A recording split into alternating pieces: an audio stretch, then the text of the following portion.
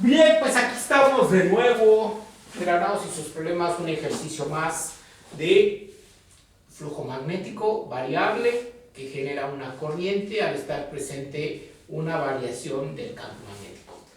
Entonces es la ley de Faraday. Dice, se tiene una bobina que consta de 120 espiras de 16 centímetros de diámetro bajo la acción de un imán que dirige su campo totalmente perpendicular al plano de las espiras. Repentinamente retiran las espiras de la zona de acción del imán, lo cual ocurre en 0.12 segundos. Si se detecta una corriente de 0.12 amperes, corriente promedio, durante ese tiempo, y la resistencia eléctrica de la bobina es de 0.85 ohms, calcular la intensidad del campo magnético del imán. Bueno, vamos a suponer que esta es las 80 vueltas de 120 espiras dando vueltas. Hay un alambre que permite la entrada de corriente y otro alambre por el que va a salir. Entonces, se está enrollado 120 veces, tenemos N igual a 120, es el número de espiras. Tenemos una resistencia eléctrica de 0.85 ohms, una corriente eléctrica de 0.12 amperes, un intervalo de tiempo delta t en el que transcurre la variación de flujo magnético, 0.12 segundos, y que va a generar precisamente que pase la corriente a lo largo de las espiras.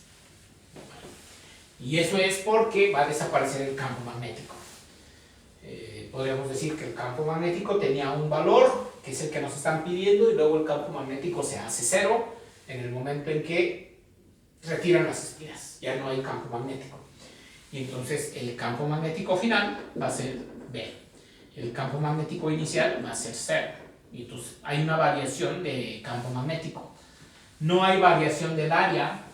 Esta que está achurada es el área de flujo. Y esa área pues es pi por radio al cuadrado, el área de un círculo.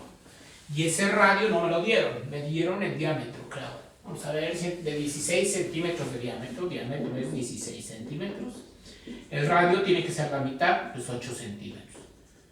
Pero hay que pasarlo a metros. Hay que recordar que si divido entre 100, ¿por qué entre 100? Porque sabemos que 100 centímetros equivalen a un metro. Entonces hay que dividir entre 100 y el radio se vuelve 0.08 metros. Ya tengo mi dato, ya tengo la corriente, ya tengo la resistencia. ¿Para qué me dieron la corriente y la resistencia? No me están pidiendo el campo magnético, pero si nos vamos a la fórmula de la ley de Faraday, dice que la fuerza electromotriz es igual al negativo del número de espiras por la variación del flujo magnético entre el tiempo, o menos el número de espiras por la variación del producto de campo magnético perpendicular al área entre el tiempo.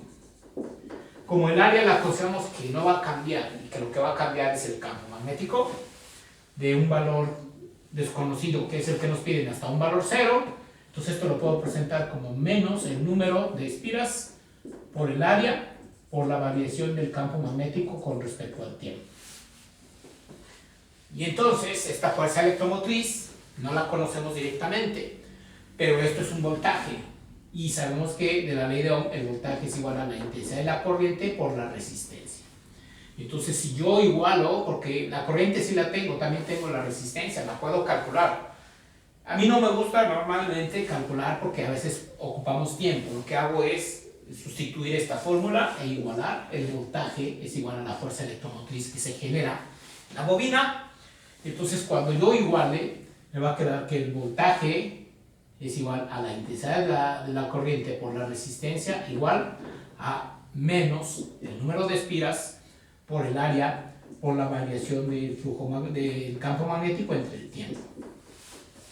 Ahora, esta variación del campo magnético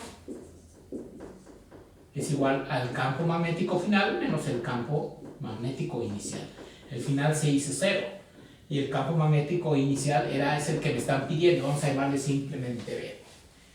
Y entonces aquí quedaría IR igual a menos N por A por la variación es simplemente menos B. ¿Por qué? Va apareciendo el signo menos multiplicado aquí entre el intervalo de tiempo. Menos por menos me va a dar más. Lo único que me daría es si el campo magnético va en un sentido o va en otro, dependiendo de cómo se haya detectado la variación del voltaje, hacia dónde iría la corriente. Entonces a mí me interesa determinar el valor del campo magnético, pues no nos queda otra más que despejar. Vamos a hacerlo de este lado. Entonces el campo magnético despejado, hay que quitar delta T, número de espiras y área. El menos por menos se hace más. Si yo, para quien tenga dudas, multiplico por el intervalo de tiempo y divido entre el número de espiras y el área, aquí va a quedar, el voltaje ya queda solo, no, el voltaje, el campo magnético queda solo. Y de este lado, la corriente por la resistencia, por el intervalo de tiempo, entre el número de espiras por el área. Y entonces lo hago todo de un jalón en una sola operación. Hago todo. Vamos a ver cuál era la corriente, 0.12 amperes. Vamos a poner los amperes. La resistencia, ¿cuántos son? 0.85 ohms. El intervalo de tiempo, 0.12 segundos. ¿Entre cuántas espiras? 120 espiras. ¿Y cuál fue el área? Pi por el radio al cuadrado, que es 0.08 metros. Elevamos al cuadrado. Recuerden que aquí el radio lo calculamos es 0.08 metros. Entonces vamos a calcular ese valor, ¿cuánto nos va a dar? 0.12 por 0.85 por 0.12 otra vez, entre, abro paréntesis, 120 por pi por 0.08 al cuadrado. Cierro mi paréntesis y me va a dar 0.00507. 0.00, vamos a ponerlo a 1, sería 0.7. ¿Qué unidades van a ser? Bueno, pues vamos a ver nuestras unidades, vamos a hacer análisis dimensional. Ampere por ohm son volts, ¿de acuerdo? Aquí quedaría volts, que multiplican a segundos y se dividen entre, aquí no hay unidad y aquí son metros cuadrados. Y los volts son joule sobre coulomb, entonces vamos a poner joule sobre coulomb, segundo. Este metro cuadrado ahí lo dejo, pero los joules son newton metro. Newton metro. Este segundo por la ley de la herradura, o lo paso como coulomb sobre segundo así, y este metro cuadrado. Y entonces, coulomb sobre segundo es ampere en el denominador. Y metro cuadrado se va con un metro y va a quedar simplemente newton y abajo metro. Vamos a ponerlo así para que no se confunda con miliampere. Newton sobre ampere metro son teslas. Pues ya está. Entonces el resultado es 0.0051 teslas. Es el campo magnético que se genera. Si lo multiplico por 10 a la 4, este campo magnético se convierte en 51 Gauss, dependiendo de cómo me presenten el resultado.